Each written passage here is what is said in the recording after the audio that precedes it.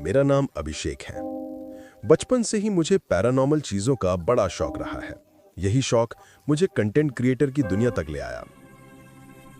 एक दिन किसी ने एक जगह का नाम बताया, शाहपुर हवेली।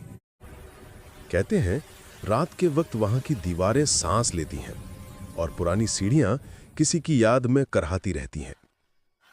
मैंने सोचा अगर ये सच है तो मुझे खुद देखना चाहिए। रात ठीक 10 बजे मैं और मेरी टीम हवेली पहुंचे। दूर से देखने पर वो जगह किसी पुराने राजस्थानी महल जैसी लग रही थी, लेकिन जैसे जैसे हम पास पहुंचे हवा भारी होने लगी। ऐसा लगा जैसे कोई अदृश्य चीज हमारे आसपास खड़ी हो। लकड़ी का बड़ा दरवाजा बिना किसी स्पर्श के अपने आप खुल गया।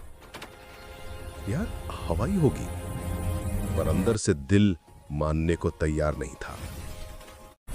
जैसे ही अंदर कदम रखा, टूटे हुए फ्रेम दीवारों पर टेढ़े लटक रहे थे।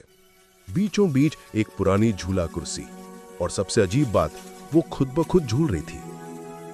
हवा बिल्कुल बंद थी, फिर भी। सोनम ने धीरे से कहा, मुझे अजीब लग रहा है, हमें नहीं रुकना चाहिए। मैंने हल्की हंसी में बात टाल दी, अरे बिना डर के थ्रिल कहां मिलेगा। पर सच बताऊं, झूठ मैं खुद को समझा रहा था। घड़ी में 11:30 हुए। हम ऊपर के कमरे में शूट कर रहे थे, तभी नीचे से किसी लड़की की धीमी गुनगुनाहट सुनाई थी। आवाज ऐसी जैसे वो ठीक मेरे कान के पीछे गा रही हो। मैंने टॉर्च नीचे फेंकी। सीढ़ियों के साए में नीली साड़ी में एक औरत खड़ी थी। उसका चेहरा नीले धुएं में धुंधला हो रहा था। पलक झपकी और वो गायब। टीम ने मुझे समझाया कि शायद ये मेरा भ्रम था, लेकिन जैसे ही मैं ऊपर लौटा, दीवारों से आवाज आई, अभी शेष, बार बार अभी शेष। ये मेरा नाम था, भी शेख। एक कोने में मुझे पुरानी पीली पड़ चुकी अखबार की कतरने मिली। उसमें लिखा था, एक लड़की संविका, जिसे दहेज के लिए जिंदा जला दिया गया था। मरते मरते उसने कहा था, मैं दीवारों में जिंदा रहूंगी। मैंने दीवार पर हाथ रखा।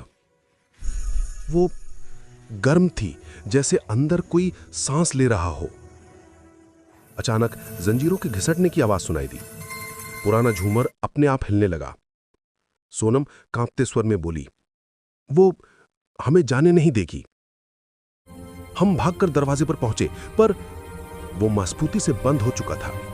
वही दरवाजा जो पहले बिना छुए खुला था। अब हवेली की हवा काली लग रही थी। दीवारें धड़कने लगी थीं जैसे उनमें दिल हो। मेरे कानों में एक कर्कश हंसी गूंजी, अब तुम भी यहीं रहोगे। अचानक सोनम बेहोश होकर गिर पड़ी। मैं घबरा गया। जैसे तैसे उसे खिड़की के पास लाया और बाहर धकेल दिया, कम से कम वो बच जाए।